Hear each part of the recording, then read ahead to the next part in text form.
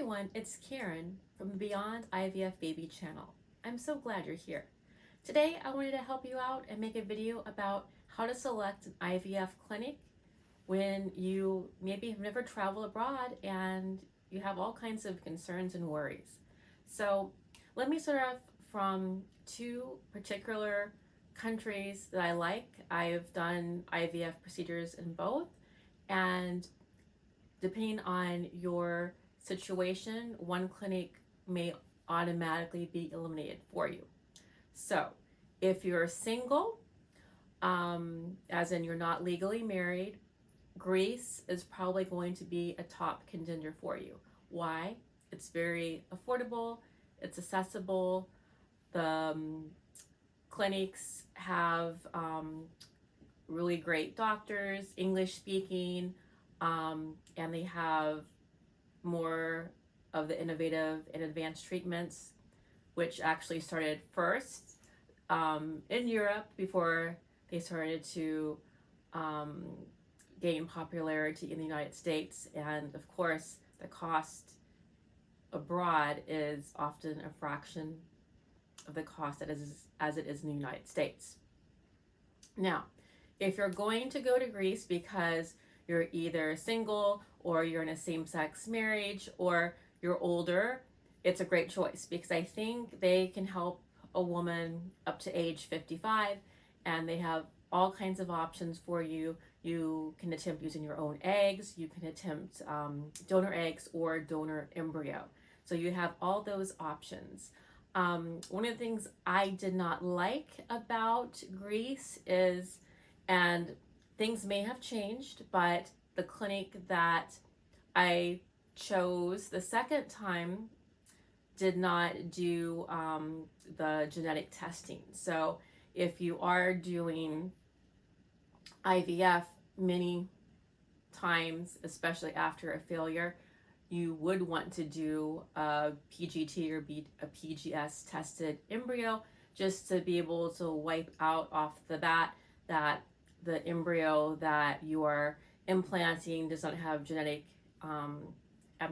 anomalies, which would end up in a miscarriage or a child with significant health concerns and needs and challenges once it's born.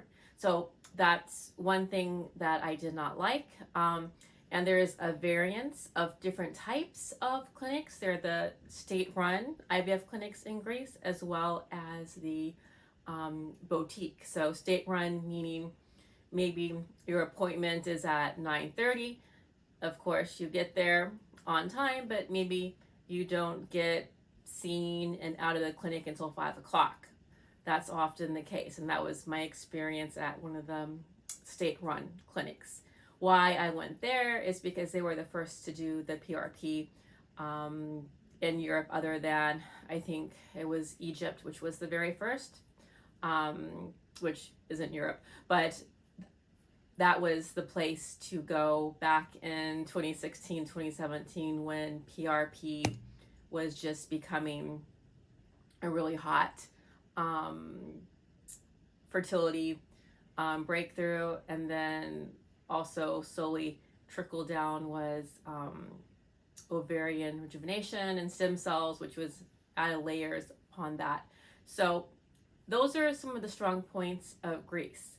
If you are married and you have perhaps an even tighter budget, the Czech Republic would be a very strong contender for you. And just looking at it before you even narrow down on a specific clinic, things to keep in mind is you are able to try either own egg, donor egg, or donor embryo until the age, I believe it's 48 or 49, and it's like something tricky. It's like 48 and 10 months or something like that. So at the time of doing the actual implantation, you have to be at least under, we'll say for sure under 50, but I think it's like something kind of weird, like you can't be more than like 48 or 49 and 10 months. And you do have to show proof of a marriage certificate and all that. So you must be married to do IVF, or I think IVF. I don't think you would be denied to do other procedures. So I think if you are adventurous, perhaps you failed IVF, a cycle in the United States, you don't like the way you were treated, because typically you fail a cycle, you get the talk about, oh, well, your next obvious option is donor eggs. So, of course, the doctor is going to, here in the United States, is going to bring that to your awareness and push it on you, because one, they want to have the good numbers.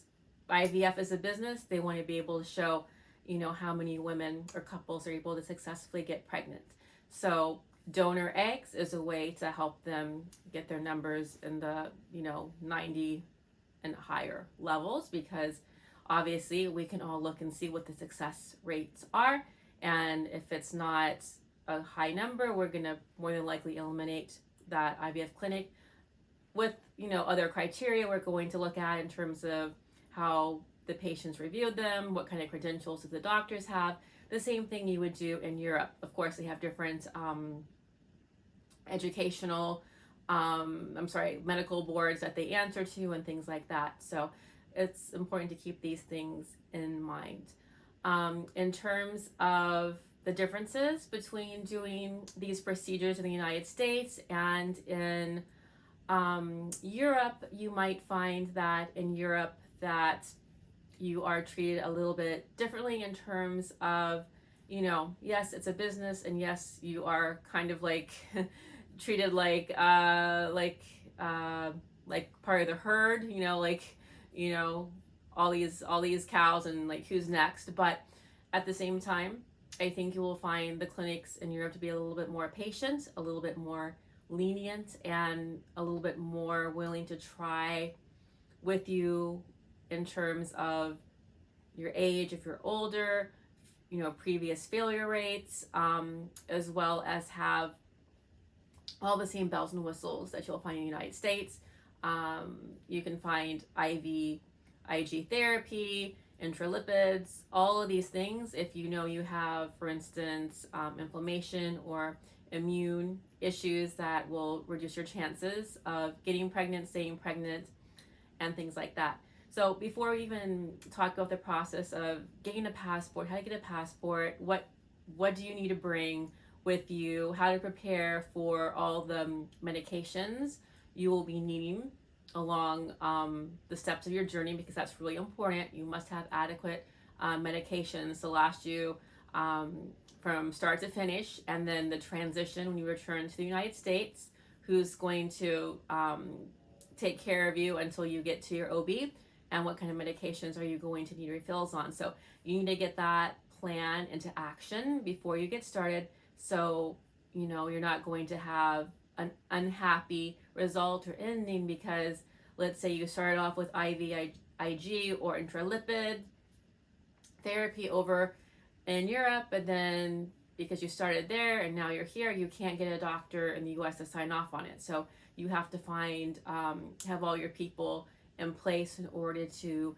have the highest amount of success and a very smooth transition from going abroad to coming back to the United States. So I hope some of these tips are helpful. Of course, you have many other options and places to go to. Mexico is also a very strong contender for many women. Of course, I've not done IVF there, so I can't speak to it. And there are many other countries in Europe. Since I don't speak Spanish, I kind of didn't think to, or Portuguese, I didn't think to go to or check out Portugal or Spain. And the same for, well, now the war with Ukraine. A lot of women go to Ukraine because it's very affordable. But, since the war has been going, all of that has really become a non-option to do IVF in the Ukraine. So just know you have a lot of options. If you have any specific questions about doing IVF abroad, feel free to ask me. I'm very happy to interact with you and share my knowledge. I have done IVF, I've done PRP, and I did stem cells abroad several times. I also did PRP in the US once the prices came down. So depending on how long it's going to take to get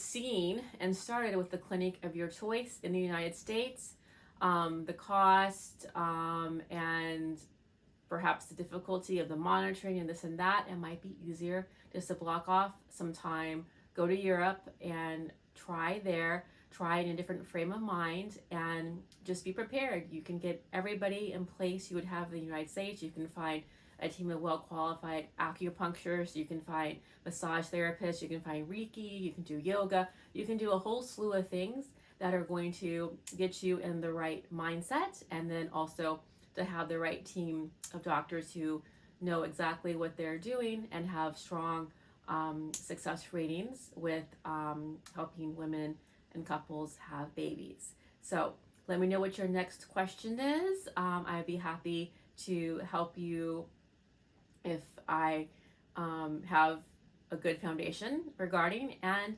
until next time, I will see you then. Keep trying, and I wish you all the success in the world. Ciao.